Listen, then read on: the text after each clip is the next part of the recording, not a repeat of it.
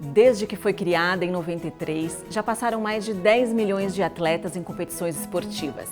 Além de promover diversos jogos abertos em Santa Catarina, a instituição tem como objetivo principal a inclusão social. Estamos falando da Fundação Catarinense de Esporte, a FEISPORT, que oferece oportunidade de praticar atividades esportivas e incentivar o surgimento de novos valores.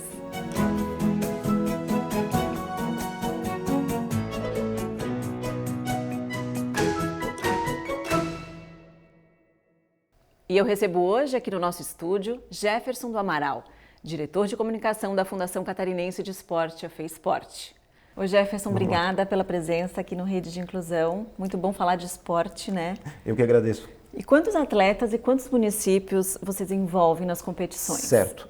Numa totalidade de 295 municípios que a gente tem no estado, dependendo das competições, dos eventos que a gente tem, então a média de 10 a 12 eventos ano, praticamente 100%, né? Porque a gente tem participações em alguns municípios e outros que não participam em determinadas competições, mas uma média de totalidade por evento é em torno de 70% a 80%.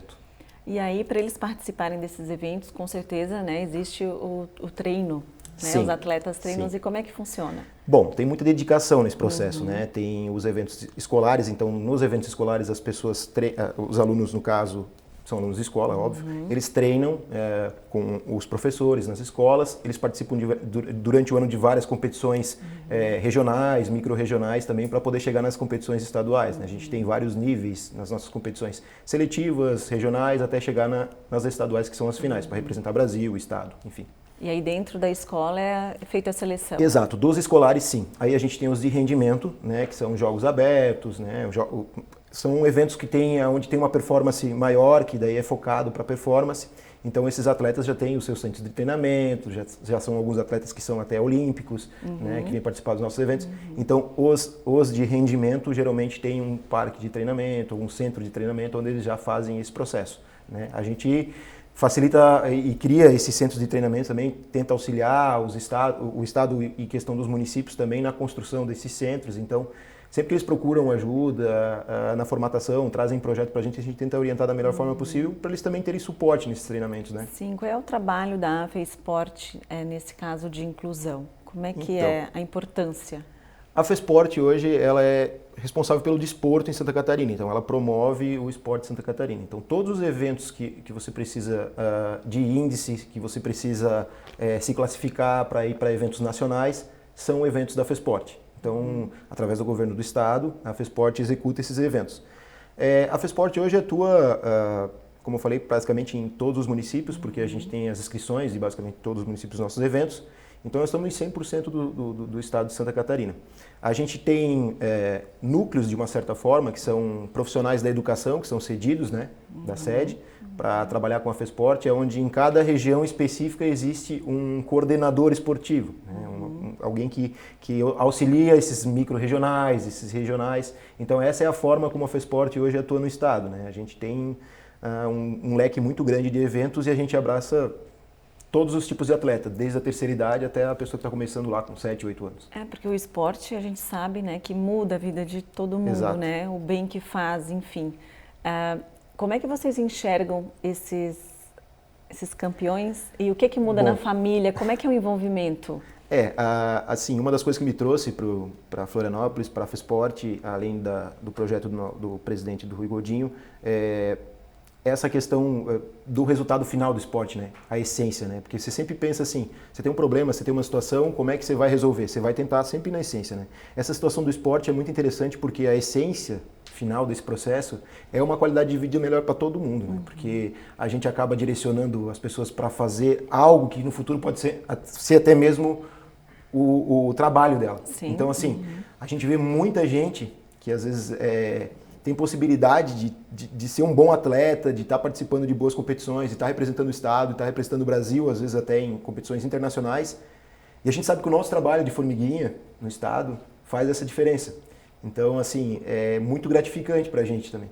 E a gente sabe que isso muda completamente a sociedade, né? Um dos focos da FEISPORT hoje é o esporte de base, né? Nós estamos focados em 99% do esporte de base.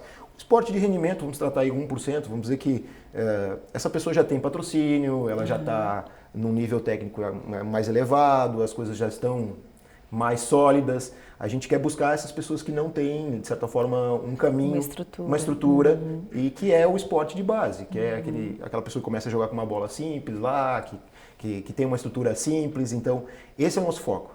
Nosso foco hoje é otimizar os processos para investir os recursos aonde devem ser investidos, que é a educação de base.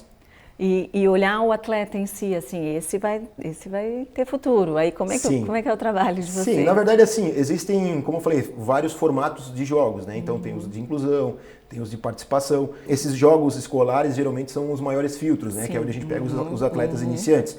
Então, assim, é lá que a gente tem essa percepção de quem vai ter um despontamento a mais, um despontamento a menos, quem vai ser referência ou não vai ser referência.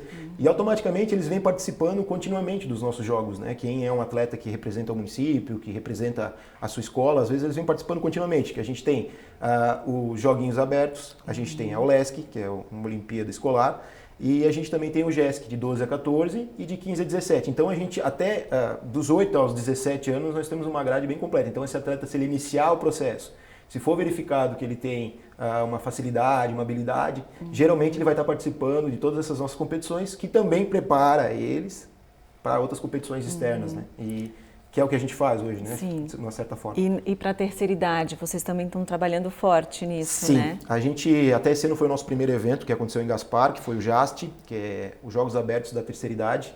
Eles são jogos de inclusão. A nossa intenção é trazer essas pessoas de volta para a sociedade, fazer com que elas tenham convívio. Sejam mais ativas. Sejam mais ativas, exato. Então, assim, os Jogos da Terceira Idade é uma forma de integração desse público. E, assim, não pensa que é uma coisa amigável, não. Existe bastante disputa. Eles vão lá para disputar mesmo, assim. E é muito interessante, porque é um evento que traz muito recurso para o município. São pessoas que já estão com poder aquisitivo mais estabilizado, então eles vão para o lugar, eles já querem ficar num hotel legal, eles querem comer uma comida legal, eles querem ir num restaurante, querem conhecer, querem viajar. Então, assim, esse ano em Gaspar, até pra gente, eu estou há 8 meses na FESPORTS, é pouco tempo, mas como foi o primeiro evento, até para mim foi uma revelação, porque além de toda aquela participação, aquele ambiente ali, a gente teve a possibilidade de, por Gaspar ser uma cidade não tão grande, de absorver e visualizar como o evento muda o comércio. Então, assim, a gente viu muitos empresários felizes, né? Muita gente feliz nessa parte do comércio, porque movimenta muito. Claro.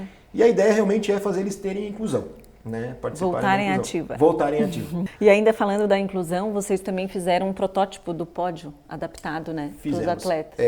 Quando a gente chegou na FESPORT, uma das coisas que a gente percebeu, assim, que tem muitos detalhes, às vezes, que poderiam ser mudados.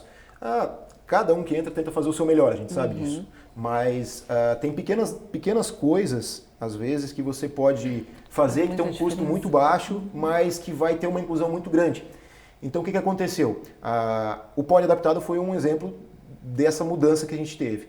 A gente tinha os eventos de paradesporto, que são referências a nível nacional, tá? Santa Catarina é referência no esporte, até para citar isso. A gente, no sistema do esporte, né? A gente percebeu que o cadeirante ia lá, ganhava competição, enfim, tinha aquele pódio onde tinha que subir, então você não tem como levar o cadeirante para cima. A gente falou, poxa, né, por que nós não fizemos um pódio adaptado, onde o cadeirante pode se sentir, né, ter a dignidade de subir no palanque? Tão simples, né? Simples. Foi feito um pódio com uma rampa, foi feito um primeiro protótipo, agora foi super aprovado, usamos em vários eventos. Tem matérias até, quem quiser conhecer um pouco mais, no Facebook, Instagram, site da FESPORT. E, assim, teve uma aceitação pela comunidade do paradesporto muito legal. Então agora nós vamos replicar essa ideia para mais pódios adaptados, para a gente poder estar em mais espaços e mais competições ao mesmo tempo. Perfeito, né? E outra coisa também que foi feito, ele trouxe algumas medalhas aqui, ouro, prata e bronze. Olha, que nada mais do que botar um braille aqui. Sim, sim. E a diferença, uma coisa mínima. Sim, não teve custo nenhum para a gente esse processo, né? Na verdade, a gente tem que produzir as medalhas todo ano, toda competição a gente faz medalhas específicas, né? A gente tem algumas medalhas de doação também, que são da FESPORT, então todas as nossas medalhas, a partir de que a gente entrou e começaram a ser produzidas novas, a gente mudou a forma para que tivesse o braille. Tinha uma forma digna de você pegar a medalha e sentir, às vezes a gente tem os DI, que a gente chama, né? Que é deficiência visual, enfim, e poxa, ele pega a medalha na mão, ele sente que é primeiro, segundo e terceiro, a gente vê assim a percepção da felicidade, poxa, pensaram em mim, Se preocuparam com esse detalhe. Não, sabe? e vale lembrar, como ele falou, sem custo algum. Basta, né, ter uma noção. Foi uma super estratégia, vamos dizer assim, né, pensar nisso, uma coisa tão pequena, mas a gente viu que teve um impacto muito grande na comunidade também. São duas coisas, o pódio e a medalha em braille, que fizeram uma baita diferença. Então, e aí eles, como é que eles se sentem? Eles se sentem abraçados, né, como eu comentei com você, porque eles percebem que tem alguém que realmente está preocupado com eles, que está pensando neles. Então, assim, não é simplesmente fazer uma medalha para uma situação de promoção, porque para a gente não mudaria nada, é um esforço, né? Agora, se a gente começa a pensar de que forma a gente pode facilitar a vida deles, de que forma a gente pode auxiliar, de que forma a gente pode dar mais dignidade no processo. Então, nada mais justo do que a gente também ter uma linguagem onde eles também podem se sentir incluídos, inclusive na medalha, que é o ícone, né, da competição. Sim, imagina, né? Quem não quer Nossos receber troféus a medalha. também, tá? Não só as medalhas, mas os troféus também, todos eles têm braille já. Então, todas as medalhas e troféus de premiação dos nossos eventos hoje têm braille. E quais são as próximas novidades? Bom, a gente tem bastante coisa acontecendo, a gente está trabalhando em cima de novos projetos aí, temos uma tendência dos jogos eletrônicos que, né, vai vindo com força e a gente quer trabalhar nesse sentido. Então, esses jogos eletrônicos não só para um público específico mais novo, mas a gente está percebendo que tem pessoas de terceira idade e de idade um pouco mais avançada também que usufruem disso. E é uma tendência mundial, a gente não tem como ficar parado, não observar isso aí. Eu acredito que 2022... Mas que realmente vira um esporte assim? Vira. Porque a gente tem essa noção de que tem que correr, suar, né? Exato. Para fazer parte. Isso é uma briga, né? Tipo, num ponto de vista, porque assim, pessoas que têm um pouco mais de idade avançada, que talvez não participaram dessa evolução tecnológica dos videogames ali com o Atari, enfim, não tem tanto essa percepção dos jogos, né? Os celulares acabaram facilitando mais isso e mudando um pouquinho essa visão. Mas essa questão dos jogos eletrônicos é uma coisa que eu sempre faço um comparativo em relação ao xadrez. Que a questão do xadrez é um esporte onde você treina uma habilidade, que são as jogadas. Então você é condicionado a pensar 4, 5, 6, 7, 10 jogadas, quiçá todas as peças da mesa, se você tiver a habilidade de raciocinar os movimentos antes de mexer uma peça e você não está suando. Né? Então, assim, a gente vê os jogos eletrônicos da mesma forma.